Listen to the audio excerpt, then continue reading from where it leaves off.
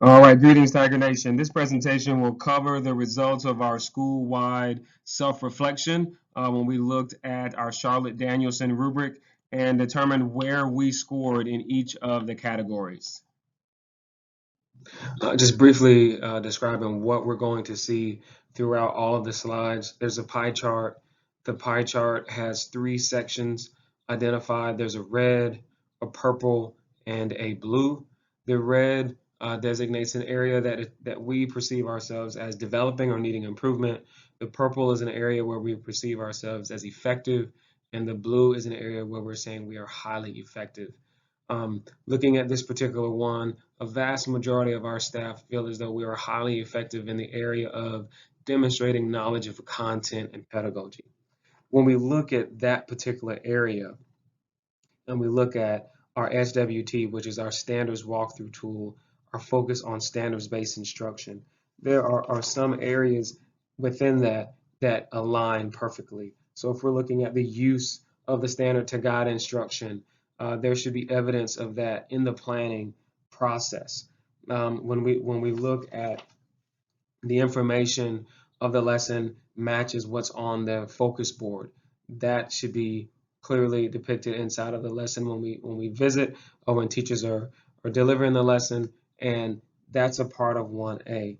In addition, making sure the materials are aligned to the standards, and that's a part of 1A that's demonstrating that content knowledge. And then when we're making sure that the activity or the area of assessment is on the appropriate level of complexity, grade level, and alignment to the standard as it is on the learning arc, all of those things are done in the planning process or taken care of in the planning process of 1A. So when we say that we are collectively effective or highly effective in that area, we should also see that same rating, that same high score when we look at the areas of the SWT. We may see that this is a overlapping theme. Again, a very large percentage of our teachers, a vast majority of our teachers, put themselves at the highly effective or effective realm for developing knowledge of students. And what we'll do is to make sure that we are reaping the benefits of being this strong in this area inside of our classes.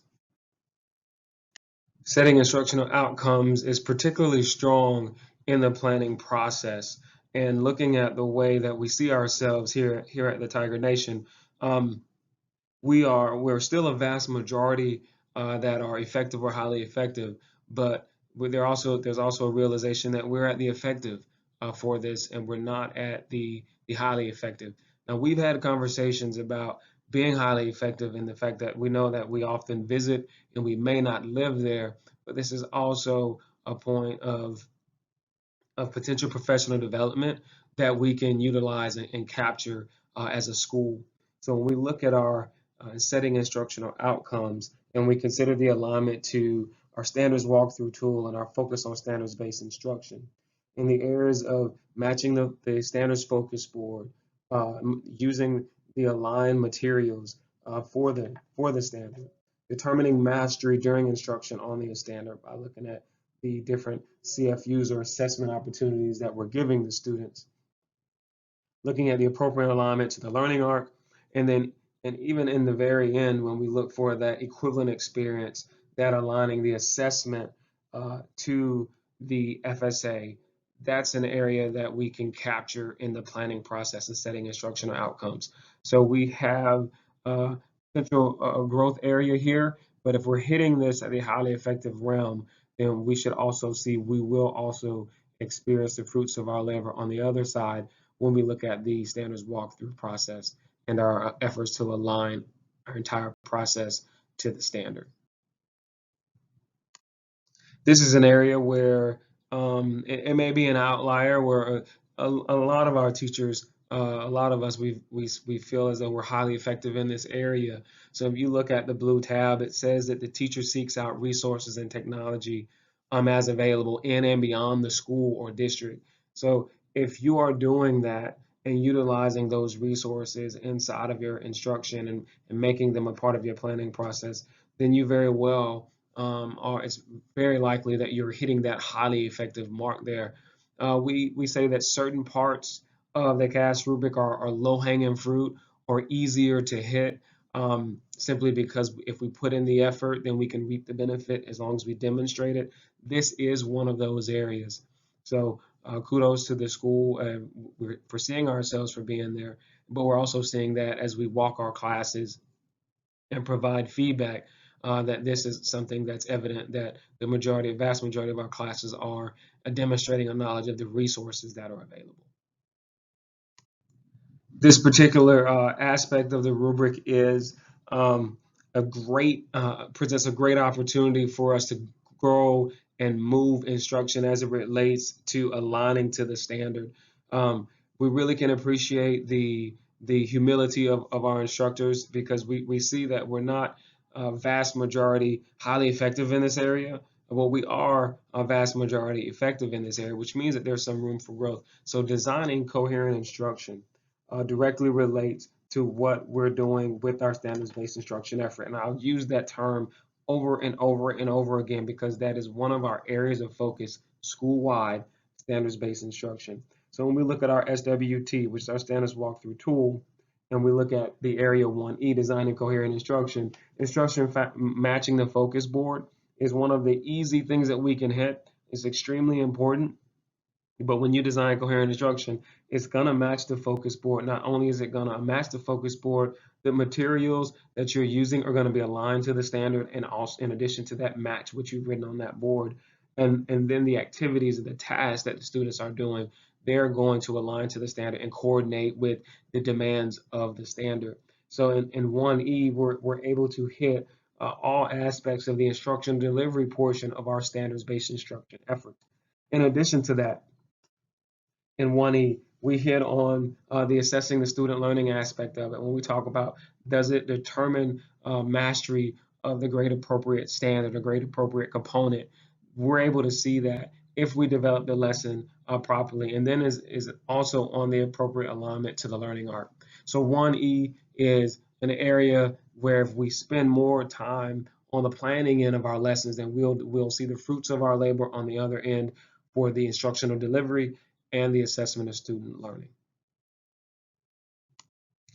This section, very similar to 1E, speaks for itself, designing student assessments. When we look at the final component, the assessing student learning for standards alignment, that's where we get the bulk of our cognitive lift in designing student assessments, or making sure that the student assessments that we're utilizing are aligned to the standard, and measuring the level of proficiency as students progress. So it hits all components of the SWT form, the determining mastery, the appropriate alignment to the learning arc, and the equivalent experience. Those are opportunities to develop that during the planning time in this particular domain. And we see that a large percentage of our students, teachers, mark themselves as effective in this area, and a smaller percentage mark themselves highly effective. We will lean on those that are highly effective to make sure we can glean from what they're doing inside of their classrooms to bring the others, the rest of us, up to the highly effective realm in this particular subcategory of our cast. Domain 2 deals with the classroom environment, and there are several areas in here that all are extremely important. We're looking at this to determine how we can utilize our PBIS programs, how we can utilize our culture and climate area of focus to strengthen these areas, and also how we can leverage our veteran teachers to assist our novice teachers in getting more acclimated to how to establish a very strong classroom environment that has a feel of respect and rapport. So this is how we rank each other, and we're going to make sure we lean on the stronger to assist those that could glean from them. The single most important aspect of establishing a culture for learning in the classroom is making sure that there is a belief, an embedded belief, that if you work, if you put forth the effort and follow suit to the instruction that we're giving, that you will be successful. We believe that all kids can achieve, and we want to make sure we're instilling that in them. That mindset piece that has become extremely popular is also spoken to because we want our students to have the mindset that they not that they can't, but that they can and that they will. So our school phrase, well, one of our phrases, the notion of "in Winite Fatem," that means discover your destiny. And their response that they're great and that they will be great. This is the kind of culture we not only want in our building, but we want in our classrooms. You can do this. You have the ability to do this. You are great. You are excellent. We just want you to show that. So this this needs to be established inside of our classrooms, and that's what this particular domain is about. This particular one, we see that a vast majority have said that we are either effective or highly effective in managing classroom procedures. I would pay close attention to the highly effective in the language there. We do have some teachers that do an amazing job at managing classroom procedures. But just to give you an example, and we won't throw a video in this particular PowerPoint, but the use of transitions and the use of potentially time and music in transitions to get it done in a highly effective manner is something that we see inside of our classrooms.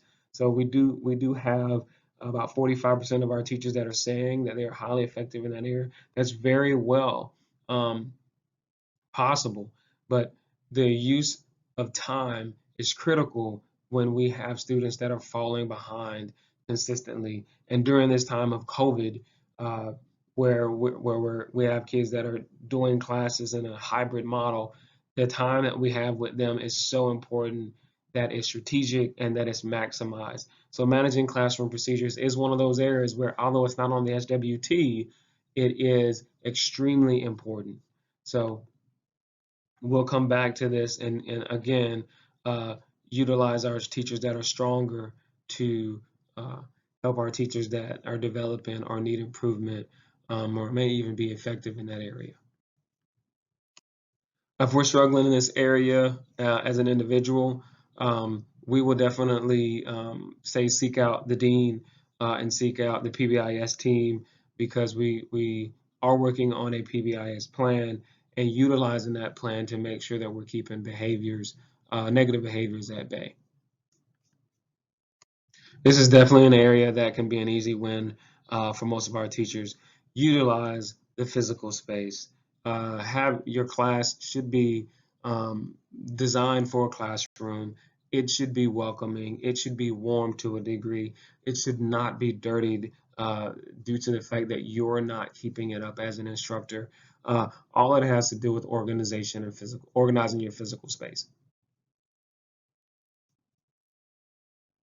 We want you to take the time to actually read the differences between the highly effective and effective, and we're very, as an administrative team and as an administrative support, we are ecstatic that we've gone through this process. We're self-reflecting, but domain 3 is where we start to look at the instructional delivery. Domain 3 is all about instruction. So when we're looking at communicating with students, and we're also looking at the alignment to our SWT, our standards-based instruction.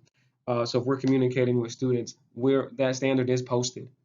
We're using that standard to guide our instruction, and we can see the result of using that standard to guide our instruction, and the result of posting the standard, and the result of referencing the standard, in the fact that the students, are utilizing that standard to guide their learning. They're using the vocabulary, the terminology from the standard in their discussions or in their activities or in their answering of questions.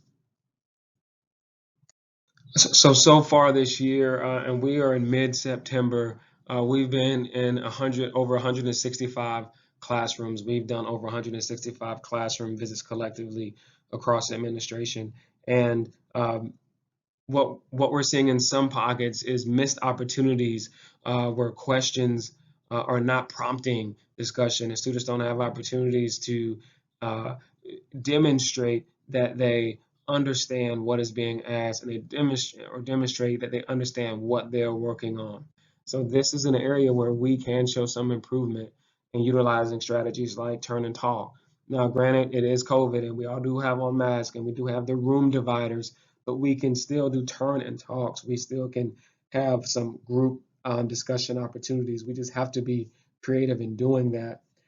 So when looking at our standards-based instruction, make sure that we're using the focus board, using the standard to guide our instruction. Teachers should be using that in their conversations with students, and also the instruction should be matching the focus board. So the questions, the prompts, and the discussion should be matching it, and we should be able to see it.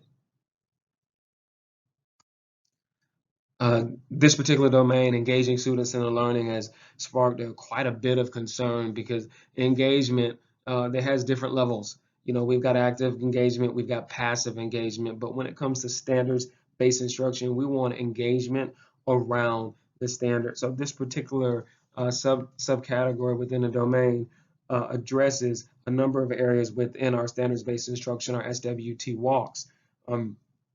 The use of the standard board. Are you engaging students by introducing that standard and using that standard, using that terminology in your instruction? Then are they engaged where we're able to see that they're demonstrating that they know what they're learning and they're using the terminology and the vocabulary from that.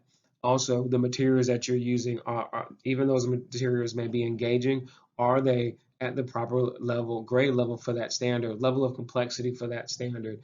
Um, are they aligned to the standards? And then the task, the activities that you have them doing, are those activities, they may be engaging, but are they engaging them at a level that is at the grade level? So when we look at this, we want to make sure that when we look at engagement, it's not just are they doing the work, but is it fully aligned to the instructional outcomes that we planned earlier when we talked in domain one. There's work that we can do on this side, but there's always going to be work.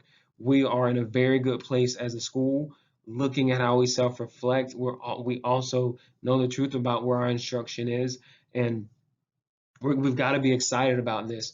But I just want to make sure we're all aware of where domain 3C falls in regards to engagement and our standards-based instruction. So in looking at assessing student learning, we may be engaging them, but are we determining a mastery on the standard in that engagement? And then also, is it on the learning arc, as we've discussed and planned? This domain aligns perfectly with domain 1F, where it talked about designing student assessment. So this particular one is using assessment in instruction. And the final piece of our standards alignment tool is looking at the assessment of student learning. So when we talk about, is it determining mastery? Is it on the learning arc? Is it an equivalent experience? This is where we're able to see it actually done. So in domain 1, we're talking about the planning. In domain 3, we're talking about the actual delivery of the instruction. Another opportunity here where we're being very honest with ourselves, and we're not saying we're highly effective across the board. So there's definitely acknowledgement of room to grow. This becomes one of the most challenging things for a teacher to develop if they don't have a natural skill set or a natural inclination to do so. But this is where we see teachers adjust their instruction based on how students are responding to the delivery. It could be something as simple as a warm-up that's provided, and the expectation is that they're going to get this warm-up because it's a precursor to the lesson, and then all of them miss it. So you have to make an adjustment and do another whole group mini lesson to assist them in a skill that they may have missed in that inside of that warm-up. Or you may do this with a small group. 4 of them miss a CFU or a check for understanding that you do throughout the lesson. And then you say, okay, you 4 come over here with me. The rest of you 26, you 25, I want you to work on the task of the day, following the lesson plan. But the 4 come over to the side so you can work with them on small group. You didn't build that into the lesson, but you're demonstrating your flexibility and responsiveness to how that class is moving. This is not something that we're looking for our novice teachers to do day one, but this is an area where we want to eventually be at highly effective or effective all the time, because it's extremely important as we differentiate our instructional delivery to the needs of the student. And we will be looking for this to be an area that we're reaping the benefits of as we progress in January and we're getting into that calibration period, and we're continuing to tweak as we push our students for revision to proficiency so that we can get them to an area where they demonstrate mastery on the task demands of the standard. Domain 4 is all about professional responsibilities. I'm not going to fly through these, but I will go through them pretty fast. By participating in the survey, you did something that was warranted, that was asked, but it was a part of reflecting on teaching. We scored effective in that area, vast majority highly effective. Maintaining accurate records. This is low-hanging fruit for the team where we all can be highly effective, especially from an administrative lens. Is your grade book up? Do you have them done on time? Is your attendance accurate? Are you keeping your attendance up to date, which you're supposed to take daily? Do you have your lesson plans? Have you made sure that you uploaded them or submitted them or turned them in?